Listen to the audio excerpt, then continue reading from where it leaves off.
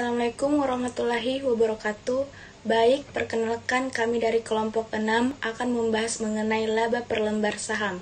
Sebelumnya, nama saya Fadilah Maulidia. Saya presentasi di sini bersama dengan teman saya, ada Aisyah Mutia Utami, yang nantinya akan membahas mengenai sekuritas dilutif.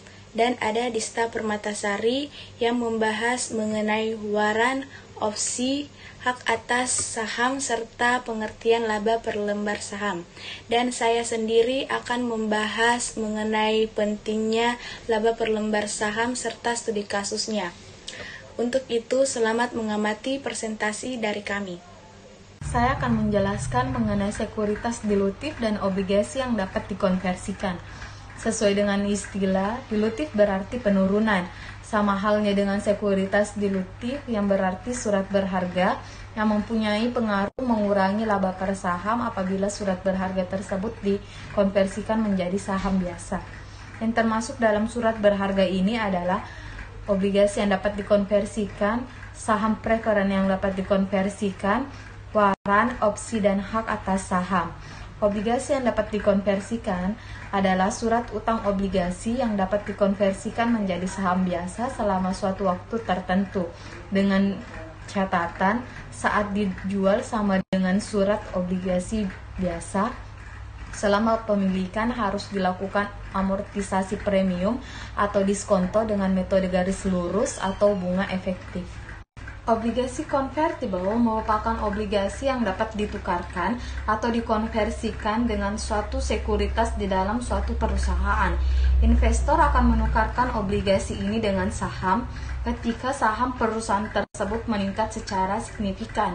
Seperti contoh yang dapat kalian lihat pada layar, PT ABC menerbitkan obligasi senilai Rp1.000.000 yang memiliki premi Rp6.000 yang dapat ditukarkan dengan 100 lembar saham biasa yang bernilai Rp1.000. Ketika saat penukaran, premi obligasi yang belum dibayarkan adalah Rp5.000, maka ayat jurnalnya adalah hutang obligasi senilai Rp1.000.000 berada di debit, premi atas hutang obligasi senilai Rp5.000 di kredit, saham biasa senilai Rp100.000 di kredit, tambahan modal saham senilai Rp905.000 di kredit. Saham preferen convertible merupakan saham yang dapat ditukar atau dikonversi menjadi saham biasa. Seperti contoh yang dapat kalian lihat di layar, PT ABC memiliki saham preferen convertible 500 lembar dengan nilai Rp2, premi Rp300. Menukarkan dengan saham biasa 500 lembar dengan harga Rp3, maka ayat jurnalnya adalah saham preferen convertible senilai Rp1.000 di posisi debit, laba di tambahan modal disetor saham preferen convertible senilai Rp300 di debit, laba ditahan senilai Rp200 di debit, saham biasa senilai Rp1.500 berada di posisi kredit. Selanjutnya, saya akan menjelaskan tentang waran, opsi, dan hak atas saham. Merupakan sertifikat yang memberikan hak pada pemilik atau pemegangnya untuk membeli saham biasa dengan harga tertentu dan dalam periode waktu tertentu. Perbedaan waran, opsi, dan hak atas saham, yaitu yang pertama, waran diterbitkan berkaitan dengan sekuritas lainnya untuk memperoleh kas. Yang kedua, waran pisah dan waran lockout. Yang ketiga, hak atas saham atau waran bebas diberikan kepada para pemegang saham untuk melaksanakan hak preemptif. Yang keempat, opsi saham diberikan kepada eksekutif atau karyawan perusahaan sebagai bagian dari program kompensasi. Apa itu laba per saham? Laba per saham atau LPS adalah salah satu variabel terpenting untuk menentukan harga saham perusahaan. EPS yang tinggi menunjukkan bahwa perusahaan lebih menguntungkan dan memiliki lebih banyak keuntungan untuk dibagikan kepada pemegang saham. Laba per saham atau LPS menunjukkan kesehatan keuangan suatu perusahaan.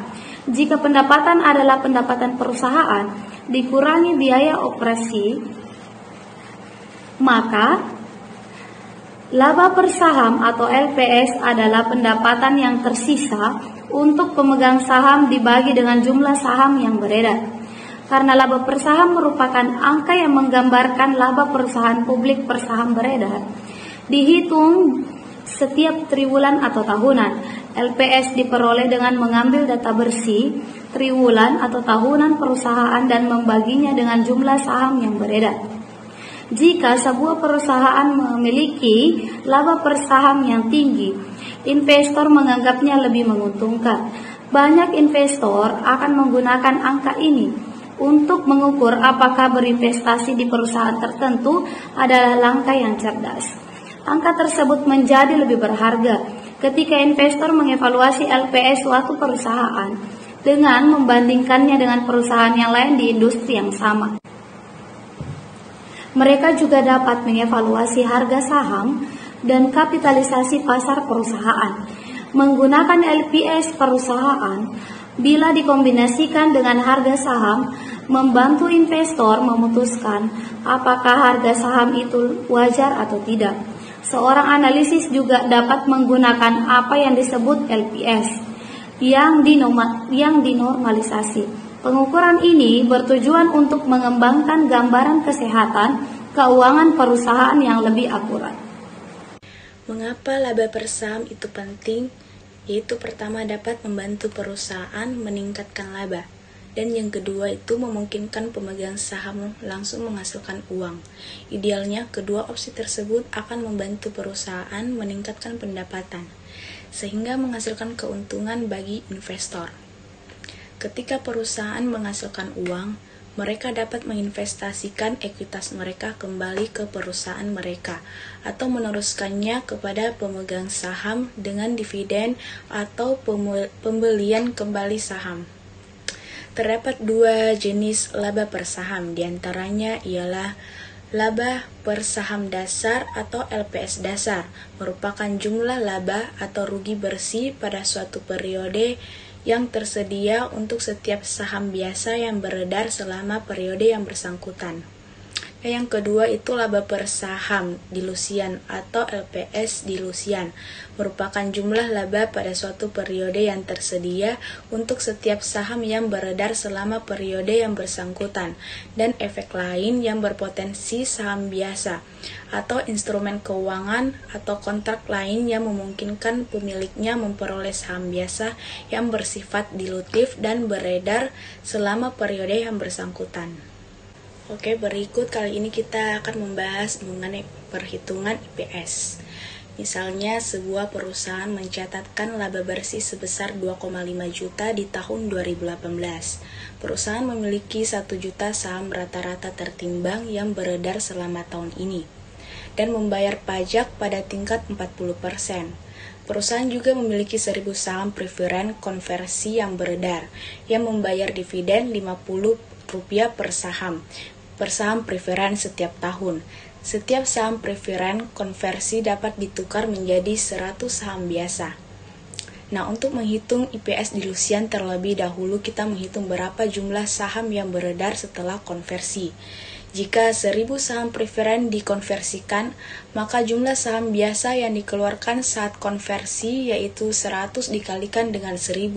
Hasilnya 100.000. Karena saham preferen tidak dikonversikan, maka tidak ada dividen yang dibayarkan oleh perusahaan. Jadi kita dapat merumuskan IPS dilusian sebagai berikut. IPS dilusian sama dengan laba bersih dikurangi dividen saham preferen tambah dividen saham preferen konversi dibagi dengan rata-rata tertimbang jumlah saham beredar, ditambahkan dengan saham biasa baru dikeluarkan setelah konversi. Itu sama dengan 2.500.000 dikurangi dengan 50.000 tambah 50.000 bagi 1 juta ditambah 100.000, hasilnya Rp2,27. Sedangkan untuk IPS dasar kita dapat menghitungkan sebagai berikut, IPS dasar sama dengan laba bersih kurang dividen saham preferen bagi dengan jumlah rata-rata tertimbang saham beredar, sama dengan 2.500.000 kurangi dengan 50.000 dibagi dengan 1 juta, hasilnya 2,45 rupiah. Karena IPS dilutif lebih kecil daripada IPS dasar, saham preferen yang dapat dikonversi bersifat dilutif. Jika IPS setelah konversi lebih besar dari IPS dasar, saham ini akan menjadi anti dilutif dan tidak akan dimasukkan dalam perhitungan IPS terdilusi. Baik, sekian itulah tadi pemaparan materi dari kami. Apabila ada kesalahan mohon dimaafkan. Wabillahi taufiq wal hidayah. Wassalamualaikum warahmatullahi wabarakatuh.